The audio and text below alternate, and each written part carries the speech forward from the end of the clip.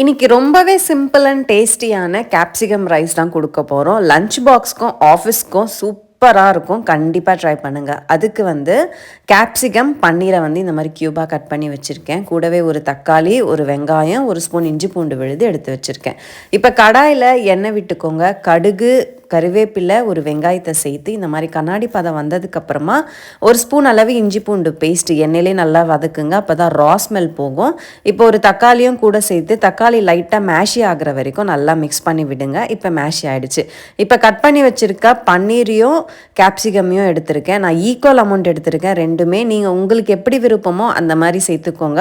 இந்த கேப்சிகம் கூட பன்னீர் கண்டிப்பாக சேர்த்து செய்யுங்க. டேஸ்ட்டு ரொம்பவே சூப்பராக இருக்கும்.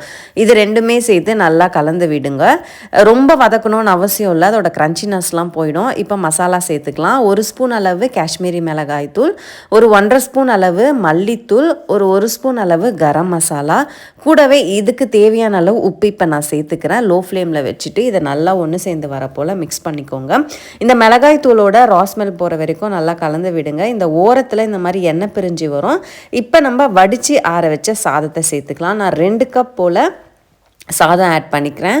இது 2 பேருக்கு, அதாவது கிட்ஸாக இருந்தால் 2 பேருக்கு தாராளமாக பற்றும். நல்லா உப்பு சேர்த்துட்டு மிக்ஸ் பண்ணி விடுங்க. எல்லா இடத்துலையும் நல்லா ஒன்று சேர்ந்து வர போல் மிக்ஸ் பண்ணிக்கோங்க. ஃபைனலாக கொத்தமல்லி தழை, கொஞ்சமாக புளிப்பு தன்மைக்காக லெமன் ஜூஸ் சேர்த்துக்கிறேன். அவள் தான் கொட்டை விழுந்துச்சு பாருங்கள். இதையும் எடுத்து தூர போட்டுட்டு நல்லா மிக்ஸ் பண்ணி விட்டிங்கன்னா ஒரு சூப்பரான கேப்சிகம் பன்னீர் ரைஸ் ரெடி. இந்த சிம்பிளான ரெசிபி உங்களுக்கு கண்டிப்பாக பிடிச்சிருக்கும்னு நினைக்கிறேன். நான் வேற ஒரு இன்ட்ரெஸ்டிங்கான வீடியோவில் உங்களை எல்லாரையுமே சந்திக்கிறேன். இந்த மாதிரி லஞ்ச் பாக்ஸ் வீடியோ பார்க்குறதுக்கு மறக்காமல் இன்னும் ஃபாலோ பண்ணிக்கோங்க. பாய்.